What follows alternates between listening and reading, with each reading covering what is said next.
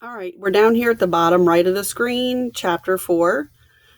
There was a moment's silence, a silence of dismay and bewilderment.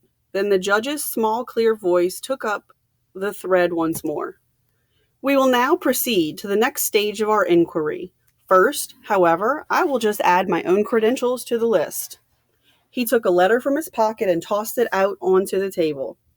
This purports to be from an old friend of mine, Lady Constance Colmington.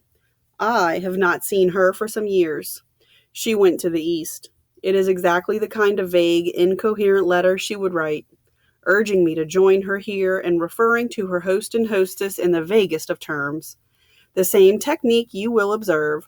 I only mention it because it agrees with the other evidence, from all of which emerges one interesting point. Whoever it was who enticed us here, that person knows or has taken the trouble to find out a good deal about us all. He, whoever he may be, is aware of my friendship for Lady Constance, and is familiar with her epistolary style. He knows something about Dr. Armstrong's colleagues and their present whereabouts. He knows the nicknames of Mr. Marston's friend, and the kind of telegrams he sends. He knows exactly where Miss Brent was 2 years ago for her holiday, and the kind of people she met there. He knows all about General MacArthur's old cronies. He paused. Then he said, he knows, you see, a good deal. And out of his knowledge concerning us, he has made certain definite accusations. Immediately, a babble broke out. General MacArthur shouted, a pack of damn lies! Slander! Vera cried out, it is iniquitous! Her breath came fast. Wicked! Rogers said hoarsely, a lie, a wicked lie. We never did. Neither of us. Anthony Marston growled. Don't know what the damn fool was getting at. The upraised hand of Mr. Justice Wargrave calmed the tumult. He said, picking his words with care, I wish to say this. Our unknown friend accuses me of the murder of one Edward Seaton. I remember Seaton perfectly well. He came up before me for a trial in June of the year 1930. He was charged with murder of an elderly woman. He was very ably defended and made a good impression on the jury in the witness box. Nevertheless, on the evidence, he was certainly guilty. I summed up accordingly, and the jury brought in a verdict of guilty. In passing sentence of death, I concurred with the verdict. An appeal was lodged on the grounds of misdirection. The appeal was rejected, and the man was duly executed. I wish to say before you all that my conscience is perfectly clear on the matter. I did my duty and nothing more. I passed sentence on a rightly convicted murderer. Armstrong was remembering now. The Seaton case. The verdict had come as a great surprise. He had met Matthews, K.C., on one of the days of the trial dining at a restaurant. Matthews had been confident. Not a doubt of the verdict. Acquittal practically certain. And then afterwards, he had heard comments. Judge was dead against him. Turned the jury right round and they brought him in guilty. Quite legal, though. Old Wargrave knows his law. It was almost as though he had a private down on the fellow. All these memories rushed through the doctor's mind. Before he could consider the wisdom of the question, he asked impulsively, did you know Seaton at all? I mean, previous to the case. The hooded reptilian eyes met him.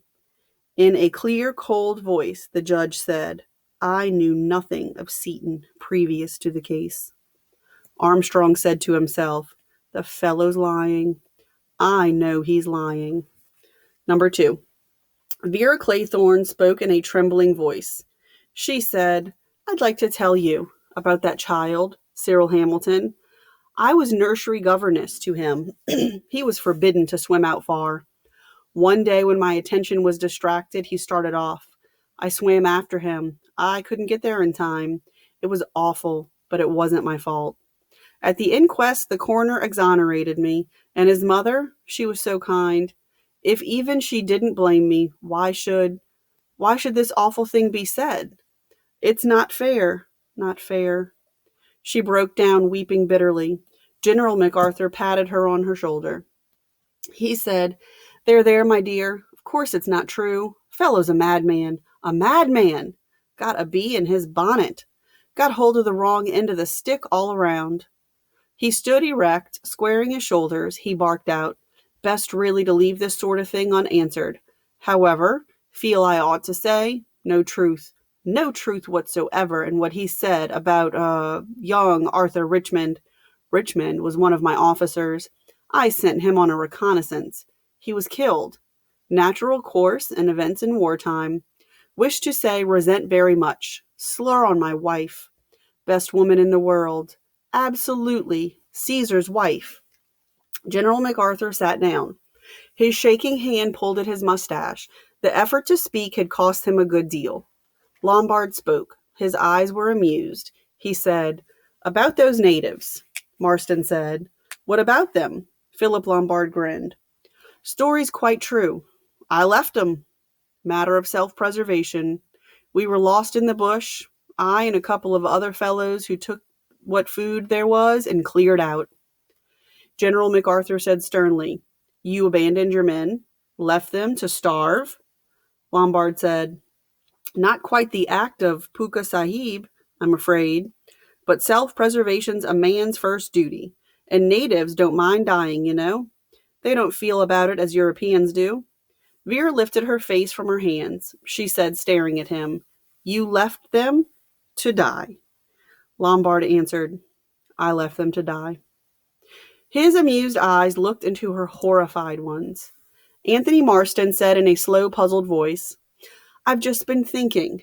John and Lucy Combs must have been a couple of kids I ran over near Cambridge. Beastly bad luck." Mr. Justice Wargrave said acidly, "For them or for you?" Anthony said, "Well, I was thinking for me. But of course you're right, sir.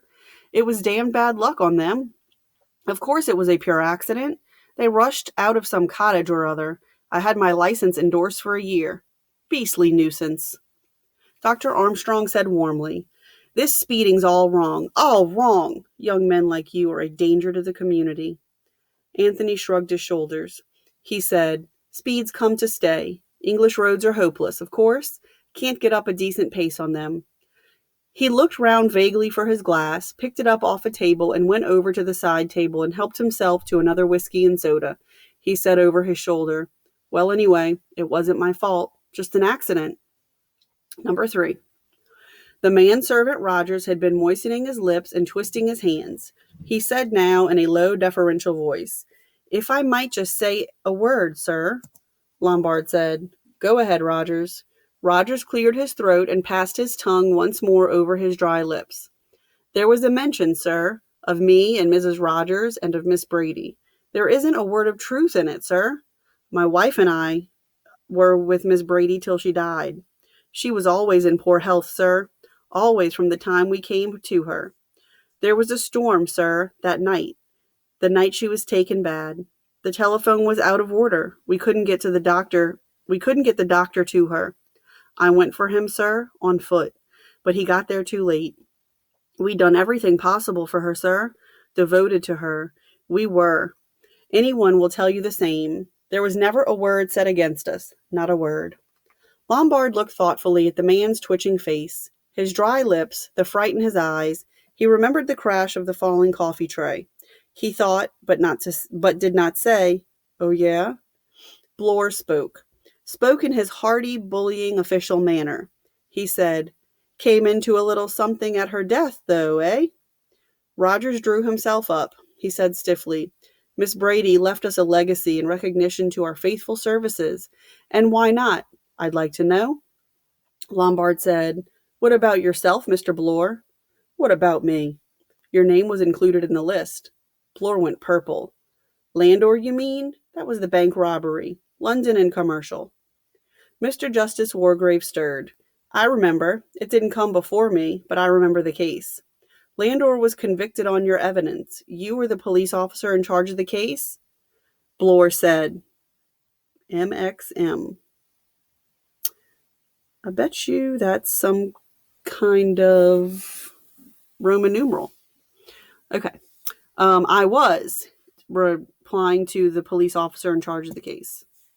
"Landor got penal servitude for life and died in Dartmoor a year later. He was a delicate man." Blore said, "He was a crook. It was he who knocked out the night watchman. The case was quite clear against him. Wargrave said slowly, "You were complimented, I think, on your able handling of the case." Blore said sulkily, "I got my promotion," he added in a thick voice.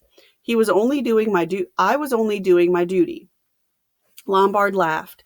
A sudden ringing laugh, he said, "What a duty-loving, law-abiding lot we all seem to be, myself excepted. What about you, doctor, and your little professional mistake? Illegal operation, was it?"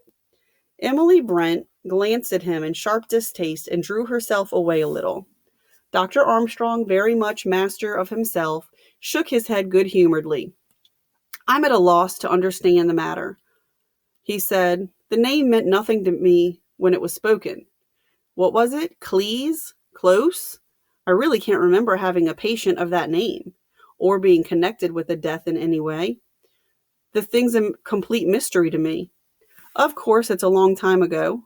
It might possibly be one of my operation cases in hospital. They come too late, and so many of these people. Then, when the patient dies, they always consider it's the surgeon's fault." He sighed, shaking his head. He thought, "Drunk, that's what it was. Drunk. And I operated. Nerves all to pieces, hands shaking. I killed her all right. Poor devil. Elderly woman. Simple job if I'd been sober. Lucky for me there's loyalty in our profession. The sister knew, of course, but she held her tongue. God, it gave me a shock, pulled me up. But who could have known about it after all these years?" 4. There was silence in the room. Everybody was looking covertly or openly at Emily Brent. It was a minute or two before she became aware of the expectation. Her eyebrows rose on her narrow forehead. She said, "Are you waiting for me to say something?" "I have nothing to say." The judge said, "Nothing, Miss Brent?" "Nothing." Her lips closed tightly. The judge stroked his face. He said mildly, "You reserve your defense?" Miss Brent said coldly, "There is no question of defense. I have always acted in accordance with the dictates of my conscience. I have nothing with which to reproach myself." There was an unsatisfied feeling in the air. But Emily Brent was not one to be swayed by public opinion. She sat unyielding. The judge cleared his throat once or twice. Then he said, "Our inquiry rests there. Now, Rogers, who else is there on this island besides ourselves and you and your wife?" "Nobody, sir. Nobody at all." "You sure of that?" "Quite sure, sir." Wargrave said, I'm not yet clear as to the purpose of our unknown host in getting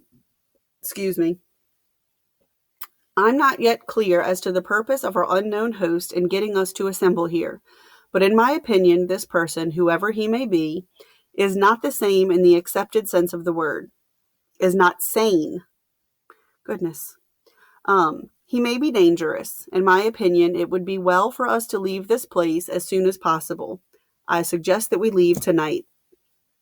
Rogers said, "I beg your pardon, sir, but there's no boat on the island." "No boat at all?" "No, sir." "How do you communicate with the mainland?" "Fred Narracott comes over every morning, sir. He brings the bread and the milk and the post and takes the orders." Mr. Justice Wargrave said, "Then in my opinion, it would be well if we all left tomorrow morning as soon as Narracott's boat arrives." There was a chorus of agreement with only one dissentient voice. It was Anthony Marston who disagreed with the majority.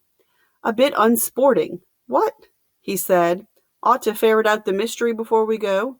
Whole thing's like a detective story. Positively thrilling." The judge said acidly, "At my time of life, I have no desire for thrills, as you call them." Anthony said with a grin, "The legal life's narrowing. I'm all for crime. Here's to it." He picked up his drink and drank it off at a gulp. Too quickly, perhaps, he choked badly.